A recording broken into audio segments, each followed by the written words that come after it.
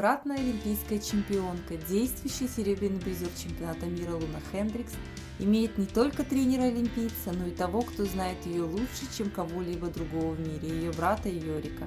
Поскольку я знаю, что он прошел через все, через что прохожу я, для меня это очень важно, сказала Луна в интервью.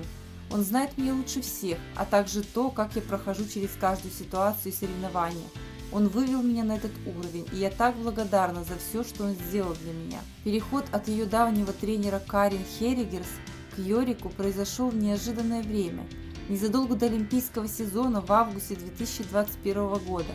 Но результаты, казалось, говорили сами за себя. Хендрикс стала первой бельгийкой, выигравшей медаль Гран-при в ноябре того же года.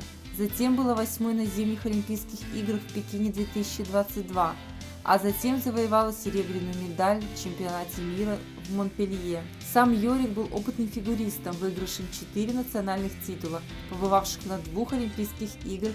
Когда он перешел на тренерскую работу после того, как занял 14 место в Пхенчхане в 2018 году, Луна не сразу начала с ним работать.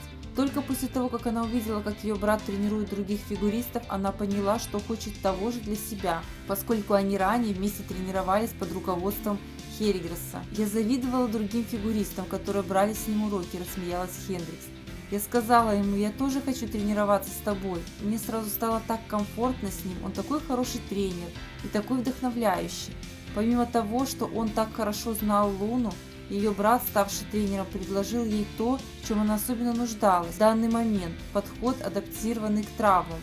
В то время как в женском одиночном катании часто преобладают подростки, Хендрикс раскрыла свой потенциал в своих 20 лет, а это означало, что ее нужно было особым образом заботиться о своем теле. Как тренер в нем есть что-то, что он может распознать, когда у кого-то болит, и он сразу же реагирует, а затем корректирует эти тренировки, сказала она.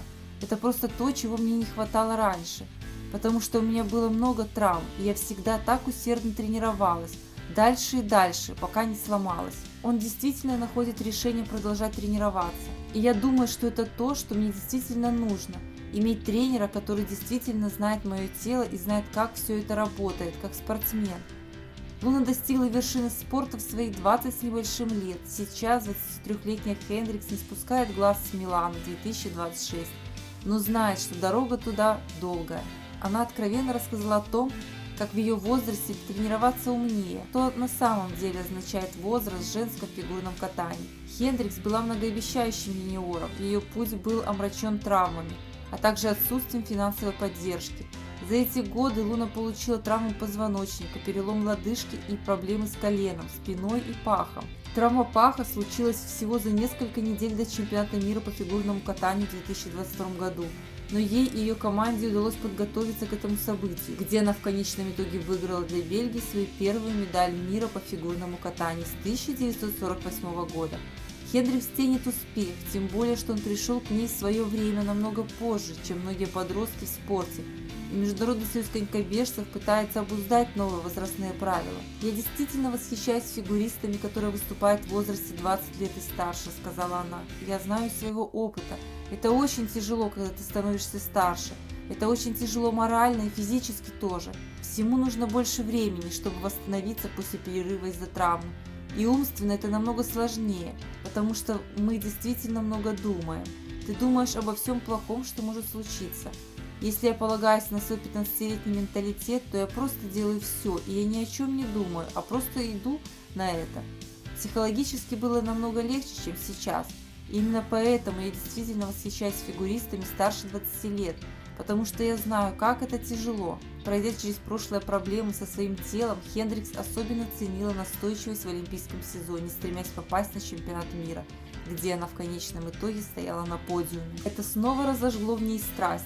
Я просто думаю, что после долгой травмы я действительно поняла, как сильно я любила кататься на коньках и люблю до сих пор, поделилась она. Я хочу достичь всего, что кажется невозможным, и сделать это возможным. В этом сезоне также были свои проблемы, хотя на бумаге результаты были хорошими. Но после своей первой победы в Гран-при в ноябре она добилась исторических результатов для Бельгии как на декабрьском финале Гран-при, так и на чемпионате Европы в январе. Но осталась неудовлетворенной своим выступлением на каждом из этих соревнований. Ей представляется еще одна возможность учиться, на этот раз в новом олимпийском цикле в 2026 году.